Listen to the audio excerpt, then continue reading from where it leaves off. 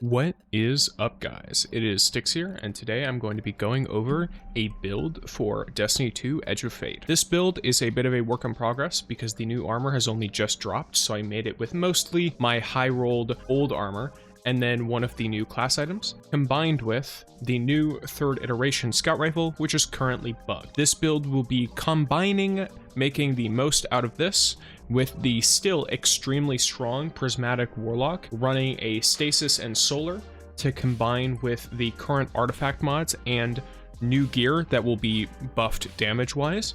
And then I intend to, as time goes on, depending on my roles, replace certain gear pieces with newer stuff, and then eventually benefit entirely from all of the bonuses. Starting off with the seasonal artifact. So I have Anti-Barrier Scout and Pulse. This is a requirement to get the most out of 3rd iteration. If you don't understand what I mean by that, I have a short on it, but basically it's bugged, does extra damage. I'm running Unstoppable Sidearm and Hand Cannon, and I'm running Overload Shotgun. In the second column, I'm running one with Frost, which while Frost Armor is active, my stasis weapons have an increased reload speed and stability, and swords get increased guard resistance.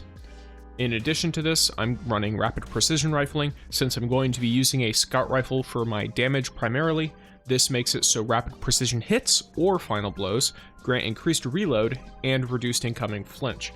I'm not 100% how the reload affects 3rd iteration. I assume it makes it quicker, and from my own testing, it seems like it makes it quicker, but it's a little hard to tell because of the way that the reload animation works, which is something this build will account for because it is pretty slow in general. In the 3rd column, I'm running Frost Renewal and Reciprocal Draw. Now, I will note, Reciprocal Draw can be very easily replaced if you are not currently running a sidearm, which, for example, like right now, I might not be immediately running it, so I can just run Fever and Chill, which rapid precision hits with solar weapons grant Radiant, which is less important right now, and rapid precision hits from stasis weapons grant Frost Armor, which is more important since I will mostly be using stasis and then our Void Weapon 3rd iteration.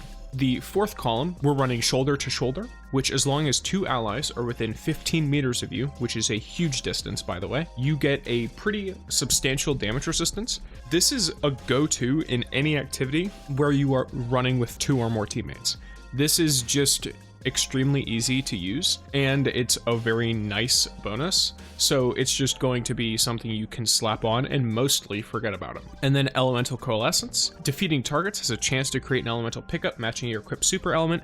This is something like 15% of the time it'll drop one, which is pretty nice, especially because it's not a specific requirement on what to defeat the targets with, it's just any kill you get, and because of how dense a lot of encounters are currently, this is just generally pretty nice to run. There is also Cauterized Darkness, which if you put stasis debuffs using the turrets that I'm going to be using on this build, then they will take increased solar damage from all sources. If you want to swap out your power weapon for something solar related, like a solar machine gun or something like that, this could work really well. I don't really recommend using the other two with this because you're not really messing with strand too much, and stunning a champion is a lot more circumstantial, and so I'm not running this right now. Now, for the actual build on the Prismatic Warlock, Incinerator Snap, Cold Snap Grenade. Cold Snap Grenade is a requirement.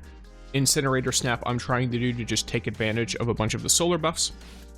Song of Flame is the super I'm running with. It's just really nice to have, and by my understanding, works really well in most ad clear, and it creates a lot of radiant and stuff. The aspects I'm running are Hellion, which creates a nice little solar mortar that will combine well with Bleak Watcher, which is the crux of this. Many stasis turrets. Now, I'm sure you are aware, but some of the fragments were nerfed. I believe Hellion was one of them, so there are only 4 slots in this setup. However, these slots are all extremely good. Defeating targets with grenade final blows grants volatile for your void weapons, and defeating with powered melee final blows grants unraveling rounds for your strand weapons.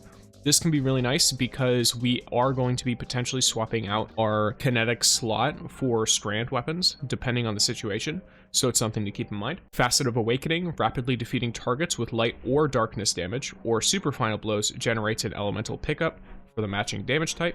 Very, very simple. Facet of Ruin, which increases the size and damage of our ignitions and our stasis crystal explosions, which are going to be happening all of the time. And then the classic Facet of Dawn. It's Radiant on command. I do understand if you want to instead run Arcane Needle with Facet of Dawn so that you can have more potential uptime on that Radiant, but it's entirely up to you what you want to do there. Now for the actual weapons themselves, starting in this kinetic slot, I'm running Liturgy for just random neutral gameplay.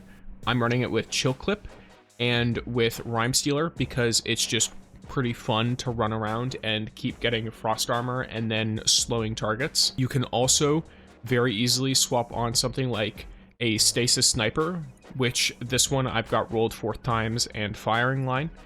Very nice to run with. I've not used this roll, but I'm very happy with the fact that it's got this roll, and I do like using snipers for damage, unironically. You can also run Super Cluster with the Overload Shotgun. I've got a Reconstruction Vorpal right here. That's very nice to use. There's Deliverance, which can run Demo to give you that extra grenade energy, and Chill Clip on a crafted roll, which is nice. And then the Call, which is good for the sidearm, Unstoppable, and then I recommend Lead from Gold and One for All. Now for the heavy weapon, I'm going to recommend running the new machine gun. This will have a little bit of bonus damage on it. On top of that, it does roll Demolitionist and Rhyme Stealer, so shooting your frozen targets by your Bleak Watcher grenade or stasis crystals by your allies will grant you frost armor while you are actively regenerating your grenade energy, and this will make it so that the grenade ability also reloads this weapon.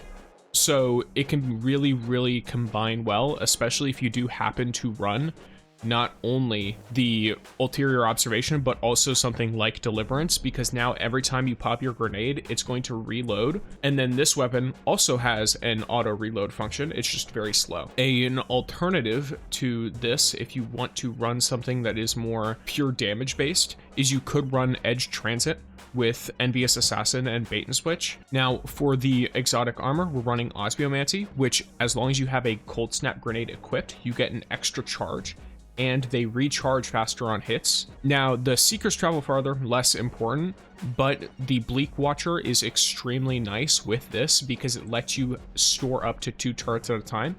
And then I've run Kickstart and then Impact Induction and Bolstering Detonation to basically grant myself more class ability energy with the grenade damage, and then on top of that, cause damage with a power melee, makes my grenade cooldown go down, which is nice. I'm running a Void Siphon for 3rd iteration, and then you can also, if you want, instead of a Void Siphon, you can run Stasis, because like I said, we are using the ad clear aspect of that, but I just ran Void Siphon because it was just easier for me, and I found slightly more success with it, because you still do have moments when you're using it for ad clear, and its damage is insane. For the chest armor, just run whatever damage resist you want. For the leg armor, I ran 1 Void Weapon Surge and 1 Stasis Weapon Surge, and then an Innervation, which makes it so that our grenade cooldown goes down every time we pick up an Orb of Power. And then for our bond, I ran Reaper, which makes it so if we get a kill after using our class ability, it spawns an Orb of Power. Bomber, which makes it so every time we use our class ability, it reduces our grenade cooldown again. And Powerful Attraction, which automatically connects all nearby orbs whenever you activate your class ability.